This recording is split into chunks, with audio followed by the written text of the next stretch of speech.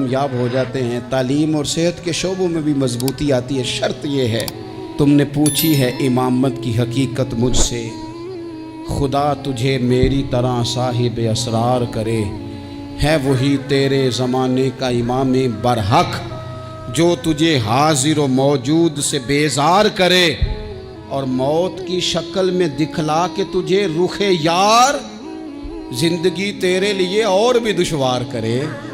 وہ لوگ جو مضبوطی لائیں معاشرے میں، جن کا علم، بردباری، تقوی، یہ چیزیں مضبوطی، ہمارے ہاں کوئی منصوبہ بندی نہیں۔ جن بیچاروں کے کشکول کل پھیلے تھے ان کے آج بھی پھیلے ہیں۔ کسی بھی اشارے پر 2 منٹ کے لیے بریک لگتی ہے تو 4 بھکاری آپ کی گاڑی کا شیشہ بجاتے ہیں۔ اب بعض اشاروں پر، ٹول پلازوں پر لکھ کے لگا دیا گیا ہے یہ پیشہ ور بھکاری ہیں، ان کو خیرات نہ دیں۔ لیکن میرا سوال یہ ہے کہ ان سارے بھیکاریوں کو ایک جگہ پہ کھڑا کر کے پوچھنا کس نے ہے کہ تم بھیک کیوں مانگ رہے ہو؟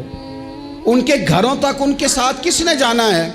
کون آدمی ہے جو جا کے ان سے کہے گا کہ جناب تم کیوں خیرات کے لیے کھڑے ہو، تمہاری مجبوری کیا ہے؟ کہ ریاست کی، حکومت کی، تاجر کی، مالدار کی، تگڑے آدمی کی یہ ڈیوٹی نہیں؟ ان تک رسائی کس نے حاصل کرنی ہے؟ وہ بیوہ جو پچھلے سال دروازے پہ زکوٰۃ لینے آئی تھی وہ اس سال بھی آئی ہے، وہ خاتون جسے پچھلے سال آٹے کا تھیلا دیا تھا وہ اس سال بھی آئی ہے، وہ خاتون جو پچھلے سال 4 بچوں کو ساتھ لے کر کے چھوٹوں کو آئی تھی وہ آج بھی اسی طرح کشکول طلب دراز کیے ہوئے ہے۔ اور حضرت عمر کیا فرماتے ہیں؟ سیدنا فاروق اعظم رضی اللہ تعالیٰ عنہ ارشاد فرماتے ہیں، اس کو امام بہقی نے اور امام سیوطی نے نقل کیا ہے، حضرت عمر فرمایا کرتے تھے کہ اگر میں زندہ رہا تو عراق والوں میں تمہاری بیواؤں کے لیے ضرورت کا اتنا سامان کر جاؤں گا کہ بی بی جب تک زندہ رہے گی کسی کی محتاج نہیں ہوگی۔ اس کے لیے اس طرح کے اسباب پیدا کر دیے جائیں گے کہ اسے حاجت نہیں ہوگی، اس کے لیے مستقل بنیادوں پر اس کے اخراجات دیکھ کر اس کے لیے اہتمام کر دیا جائے، اسے دوبارہ کشکول طلب دراز کرنے کی ضرورت نہیں پڑے گی۔ ایک صحابی تھے حضرت جناب سیدنا خفاف بن ایما غفاری رضی اللہ تعالیٰ، انہوں نے بڑا کردار ادا کیا تھا میدان احد میں، انہوں نے اور ان کے صاحبزادے نے۔ تو ان کی بیٹی ایک دن حضرت عمر کے پاس آئی، اب وہ بیٹی بیاہ کے جا چکی تھی، اس کی شادی ہو گئی تھی۔ حضرت خفاف بن ایما رضی اللہ تعالیٰ عنہ کی صاحبزادی اپنے سسرال چلی گئی تھی، وہاں اس کا خامد انتقال کر گیا، وہ خاتون واپس آ گئی، وہ حضرت عمر سے ملی، بیوہ عورت۔ اس بیوہ خاتون نے آ کے یہاں تو میرے بھائی وہ فوجی بیچارے جن کی بیویاں، جن کو ایک تقریب میں تو خوب ایوارڈ دینے کے لیے بلایا جاتا ہے، میں نے یتیمی کا وقت گزارا ہے، مجھے پتہ ہے کہ 2-4 مہینے لوگ آ کے کہتے ہیں کوئی حکم ہو جاتے 10 آ جائے، پھر جب 1 سال گزر جاتا ہے تو پھر لوگ کہتے ہیں 4 بھرا نے کام کیوں نہیں کر دے؟ تو ایسے تو نہیں نا کہ ابا ایسے ہی چلا گیا تھا، بڑا کچھ دے کے گیا ہے، کدھر ہے فلانی چیز؟ لوگوں کا نظریہ تھوڑے عرصے کے بعد اور ہو جاتا ہے۔ آپ نے بڑے بڑے شہداء کے گھروں میں ایوارڈ تو دیے، کیا کبھی آپ نے پلٹ کر دوبارہ غور کیا کہ ان کے بچے کہاں ہیں؟ ان کی بیوہ کس حال میں ہے؟ وہ زمانے کی تیز دھوپ اور تیز آندھی کا مقابلہ کیسے کر رہے ہیں؟ بغیر باپ کے جو انسان کو کھلے آسمان تلے وقت گزارنا پڑتا ہے وہ کتنا کو مشکل ہوتا ہے، وہ کس طرح ٹائم گزار رہے ہیں یہ کبھی سوچا لوگوں نے؟ یہاں تو نرنگیے سیاست دوران تو دیکھیے منزل انہیں ملی ہے جو شریک سفر نہ تھے، جو نکلے ہی نہیں تھے وہ منزل تک پہنچ گئے، اور جنہوں نے جوانیاں گزار دی وہ رستے میں رہ گئے۔ حضرت خفاف بن ایما کی صاحبزادی بیوہ ہو کے آ گئی، بچے ساتھ تھے، سرے راہ جناب عمر سے ملی اور مل کے کہنے لگی حضور میں اس صحابی کی بیٹی ہوں جنہوں نے احد والے دن اپنے بیٹے کے ساتھ مل کے محاصرہ کیا تھا، بچے میرے یتیم ہو گئے ہیں، میں بیوہ ہوں۔ حضرت فاروق اعظم رضی اللہ تعالیٰ عنہ نے فہرست نہیں مانگی، خرچے کی ڈیٹیل نہیں مانگی، تم آنا فلانے سے ملنا، پرسوں 9 بجے آ جانا دفتر، یہ کوئی بات نہیں کی۔ حضرت عمر غور سے کھڑے، اس بیٹی کی بات سنی، छम छम सैयदना फारूक की आंखों से आंसू गिरे, दौड़ के घर गए, एक ऊंट निकाला, वहाँ से माले गनीमत का माल के भर के 2 बोरियां, और बोरियों में क्या था? चांदी भी थी, नगदी पैसे भी थे, कुछ ज़रूरत का सामान भी था, गल्ला भी था। 2 बोरियां भर के ऊंट पे रख के खुद लगाम उस बेटी के हाथ में थमा के का पुत्र सामान भी तेरा है, ऊंट भी तेरा है, और ये ना समझना यही कुछ तुझे दिया है, जब ये ख़त्म होगा तो रब तेरे लिए और बंदोबस्त फरमाएगा। क्या माना?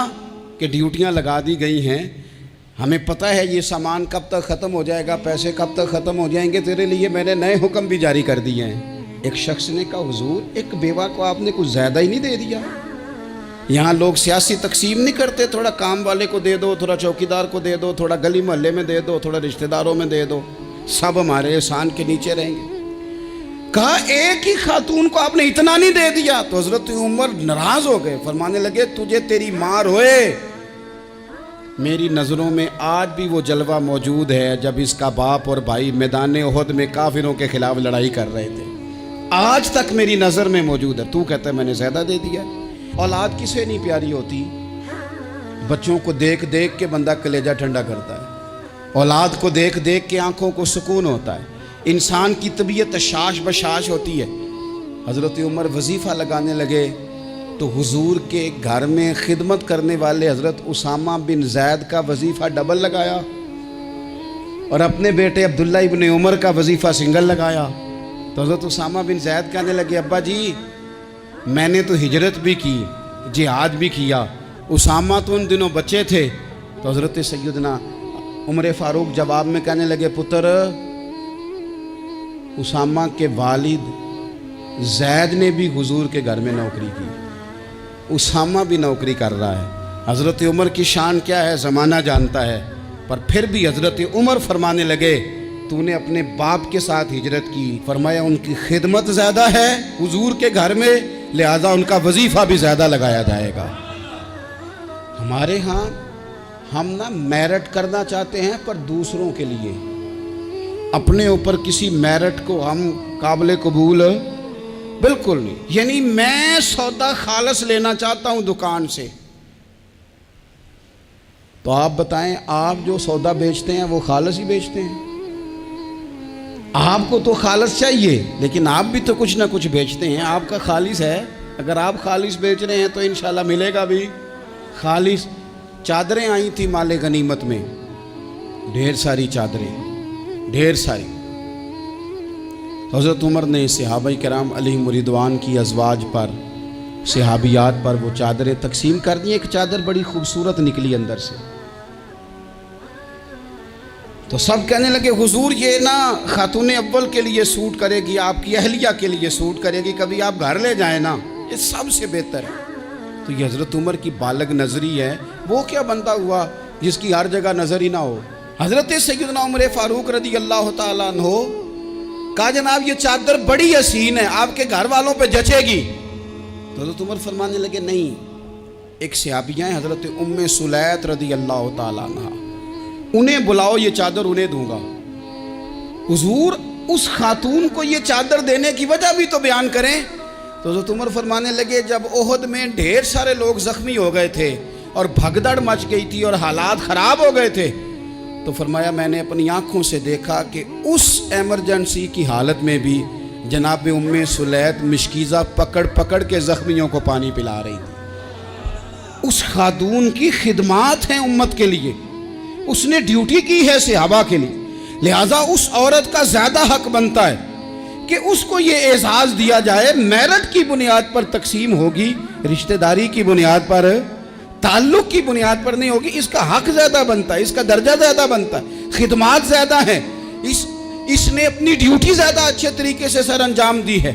जब तक चीज़ें आप वुसअत क़ल्बी नहीं लाते अपनी तबीयत में, जब तक आप गुंजाइश ज़्यादा पैदा नहीं करते, उतनी देर तक हालात उस तरह के नहीं होते। फिर एक और मुसीबत बन गई है, वो मुसीबत है लेवल की। ये काम मेरे लेवल का नहीं। जब आप अपने लेवल से नीचे उतरेंगे, प्रोटोकॉल से ज़रा नीचे उतरेंगे, اور چھوٹی چھوٹی باتوں پر خود توجہ دیں گے, چھوٹی چھوٹی چیزوں پر. حضرت عمر جمعہ پڑھا رہے